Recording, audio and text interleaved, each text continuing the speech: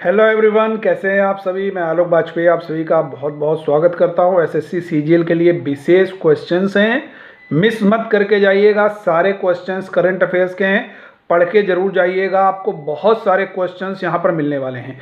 10 questions मैं आपको बताऊंगा और ये लगातार आपके एग्जाम तक ये सीरीज लगातार चलती रहेगी। हो सकता है दिन में 2-3 बार दूं, दिन में कम से कम एक बार आपको ये 10 क्वेश्चन की सीरीज जरूर मिलने वाली है। तो बिल्कुल जरूर पढ़ के जाइएगा, मिस मत कीजिएगा। हर एक क्वेश्चन आपका करंट अफेयर्स का बहुत महत्वपूर्ण है। पहला सवाल, 25वां राष्ट्रीय ई गवर्नेंस सम्मेलन कहां पर आयोजित किया गया? तो इसका सही उत्तर है जम्मू कश्मीर के कटरा में। मैं फिर से रिपीट किए दे रहा हूं, 25वां राष्ट्रीय ई गवर्नेंस सम्मेलन कहां पर आयोजित किया गया? जम्मू कश्मीर के कटरा में आयोजित किया गया। दूसरा क्वेश्चन नंबर 2, अभी हाल ही में मलेशिया के नए प्रधानमंत्री वहां पर चुने गए हैं।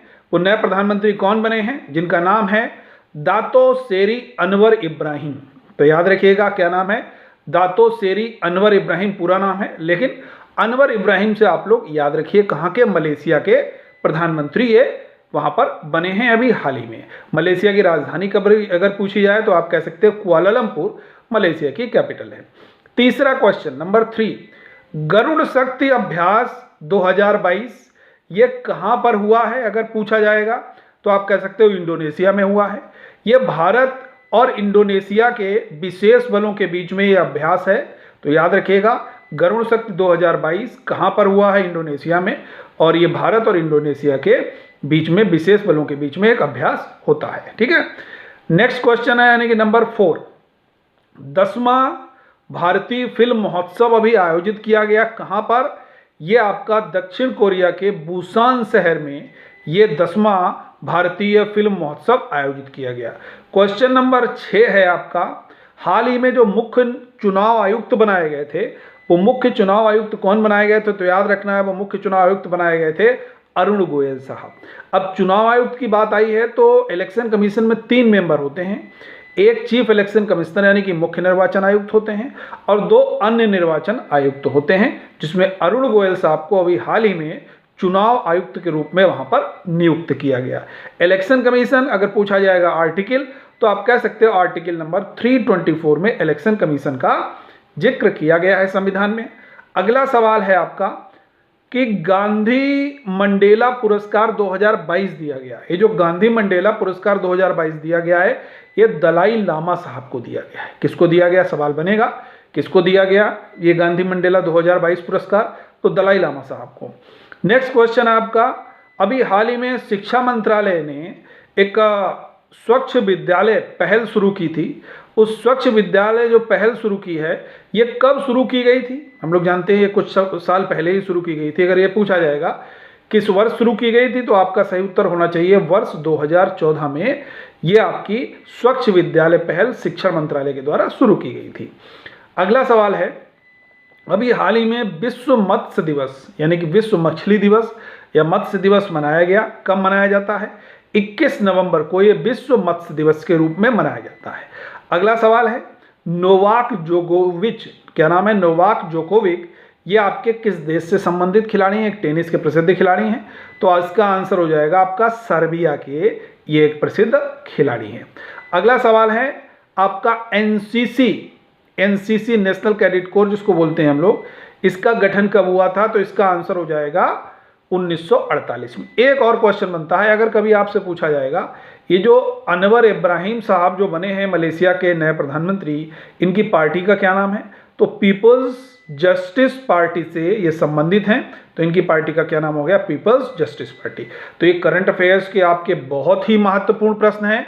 आप सभी लोग जरूर इन करंट अफेयर्स के प्रश्नों को बहुत बढ़िया से देख करके जाइएगा, बिल्कुल मिस नहीं करना है हर एक विद्यार्थी को। 2-3 बातें मैं और बता दूं, जैसे इतिहास में जब आप पढ़ रहे हैं तो इतिहास में मॉडर्न इंडियन हिस्ट्री से आप लोग जरूर क्वेश्चन पढ़ के जाइए। मॉडर्न इंडियन हिस्ट्री में डेट्स में कुछ बता देता हूं, जैसे चंपारण पूछा जाएगा तो आप कहोगे 1917 में हुआ है।